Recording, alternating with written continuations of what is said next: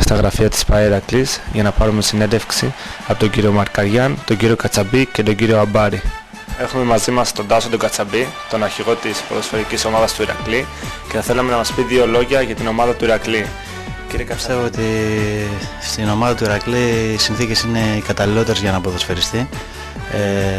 Ασχέτως την αρνητική πορεία τουλάχιστον στα 3 χρόνια που είμαι εγώ στην ομάδα και στα προηγούμενα χρόνια, αλλά νομίζω ότι οι συνθήκες που επικρατούν στην ομάδα του Ηρακλή είναι υπερβολικά καλές, γιατί έχω δουλέψει και σε άλλες ομάδες και νομίζω ότι είναι οι ιδανικότερες συνθήκες για να έρθει κάποιος ποδοσφαιριστής να δουλέψει στην ομάδα του Ηρακλή.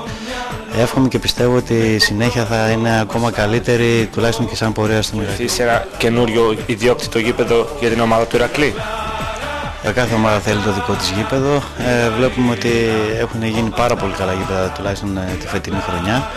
Είναι πολύ καλό.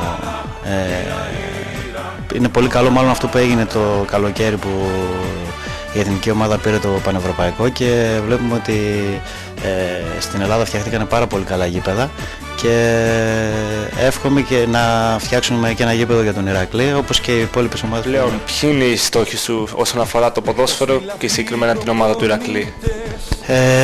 Οι στόχοι μου είναι σε όποια ομάδα παίζω να προσπαθώ να καταφέρω να πάρω κάποιον τίτλο, να στιγματιστώ μάλλον με την ομάδα που αγωνίζομαι.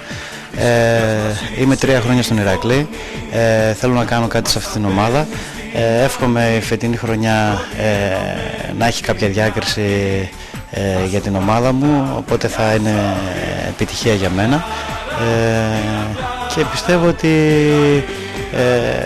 αυτό που είπατε προηγουμένως, ότι αυτό που με διακρίνει είναι η δύναμη και η μαχητικότητα. Είναι καλό οι πιο πολλοί ποδοσφαιριστές να έχουν αυτά τα στοιχεία που έχω εγώ, για να μπορούν όλοι μαζί να κάνουν ένα καλό σύνολο, και να είναι πολύ δύσκολο μετά μια ομάδα να χάσει. Ευχαριστούμε πολύ και ευχόμαστε να πετύχετε φέτος την πολυπόθητη έξοδο στο κύπελλο UEFA, που πιστεύω πως είναι στόχος όλων σας. Στόχος μας είναι, αλλά έχουμε και το κύπελλο Ελλάδος, που πιστεύω ότι φέτος, αν δούμε λίγο και την προϊστορία σαν Τάσος Κατσαμπής, τον Πανιόνιο και στον ΠΑΟΚ που αγωνιζόμουν, τον 3ο χρόνο πήρα το κύπελλο Ελλάδος. Οπότε, ελπίζουμε η προϊστορία να είναι μαζί σας.